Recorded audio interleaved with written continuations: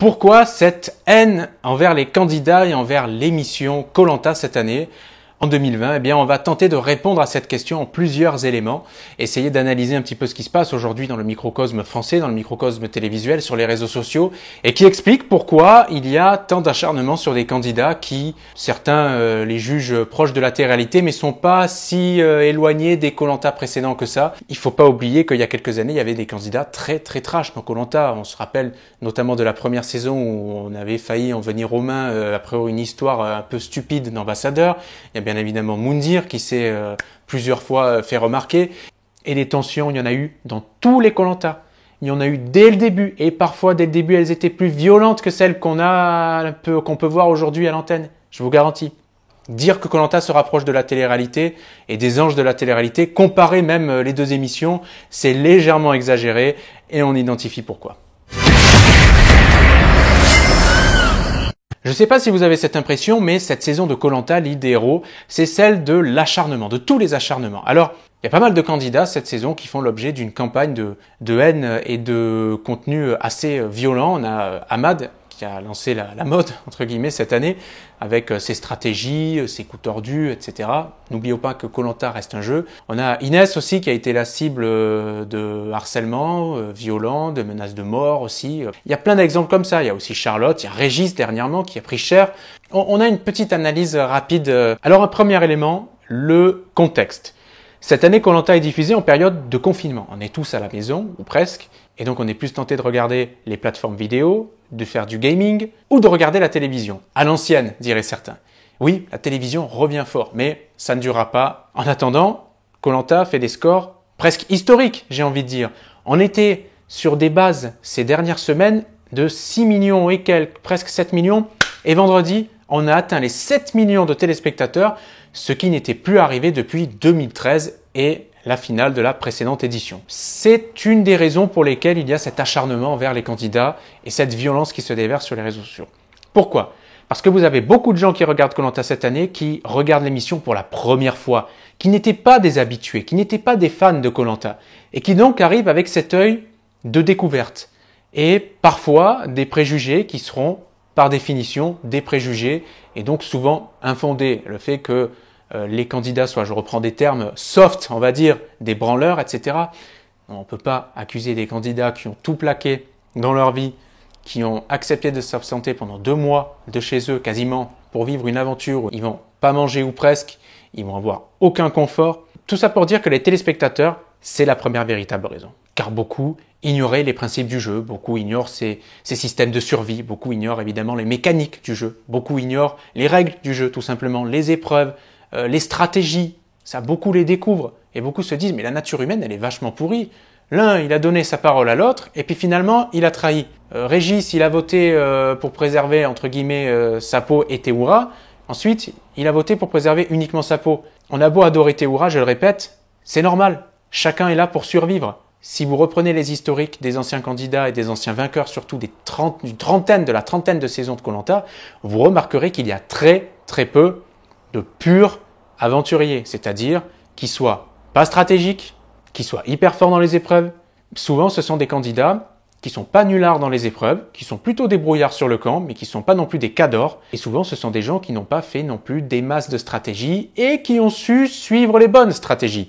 Ce qui fait que, au final, eh bien, ce sont des candidats, entre guillemets, discrets. Voilà pourquoi notamment je place, et c'est bien entendu sans aucune critique envers eux, des candidats comme Régis et Eric comme potentiels gagnants, parce qu'ils ont réussi à se faufiler très intelligemment dans les mailles du filet. Je voudrais revenir sur l'aspect télé-réalité du jeu. Oui, koh Lanta est un jeu d'aventure, mais assimilé véritablement à de la télé-réalité, parce qu'on voit les gens dans leur quotidien, la survie, etc.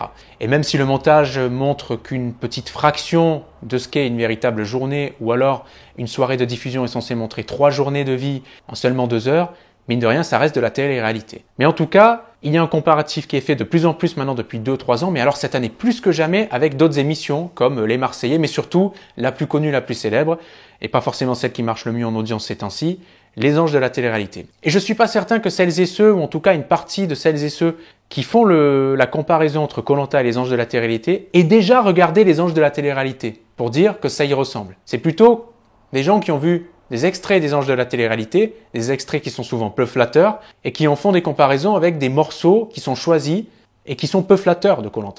La stratégie, la trahison, etc.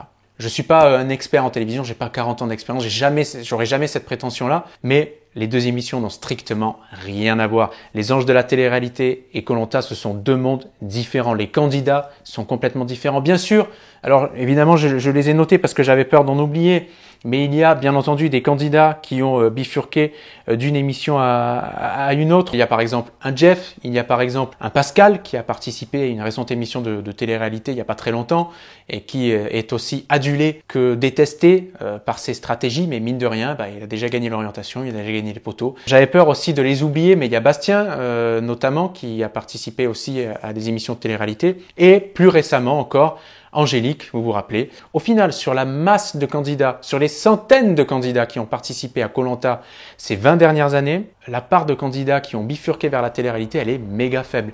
Et oui, peut-être qu'une candidate comme Charlotte, même si j'y crois pas, ou qu'une candidate comme Inès sera un jour dans les Anges de la télé-réalité. Et j'ai envie de vous dire, et alors? Si jamais elle le décide, c'est son choix. Je veux dire, c'est pas pour autant qu'on doit la traiter de tous les noms d'oiseaux. On reste sur un jeu, les amis. koh, c'est un jeu, un divertissement. On peut accuser la production de faire un montage qui est fait pour, mais c'est une émission de télé. Si jamais la production ne fait pas de montage et qu'elle vous montre les candidats qui vont soit à la pêche pendant 1h30, parfois sans se parler ou en échangeant quelques mots, etc., ou qui vont chercher de l'eau et qu'on vous montre tout leur parcours du moment où ils ont quitté le camp jusqu'au point d'eau, jusqu'à ce qu'ils reviennent, etc., mais vous allez vous emmerder, l'émission, vous allez même pas la regarder et vous allez dire c'est quoi cette émission débile, on voit rien, il se passe jamais rien, il n'y a pas de clash, etc.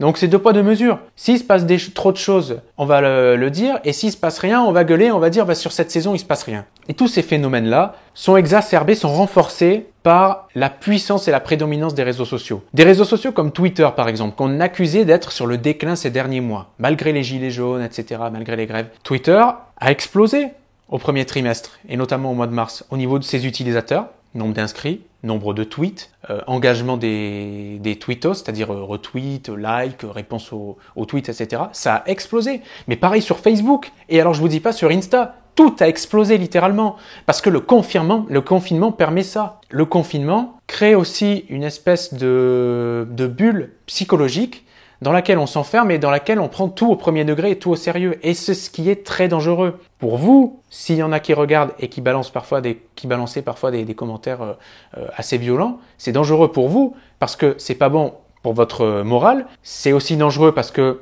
quoi que vous puissiez penser, je vous garantis que vous pouvez être tracé sur Internet aujourd'hui à partir d'un commentaire, même avec un pseudo, même avec une photo, même avec un mail autre. Vous pouvez être tracé, parfois même en utilisant certaines technologies. Tout est traçable aujourd'hui. Et donc, oui, malheureusement, les réseaux sociaux sont devenus un espèce de mécanisme qui permet de déverser la haine facilement. Et c'est dommage. Parce que sous prétexte qu'on est derrière un écran ou qu'on utilise un pseudonyme, on ne peut pas se permettre de dire tout et n'importe quoi. Et puis pensez aux candidats.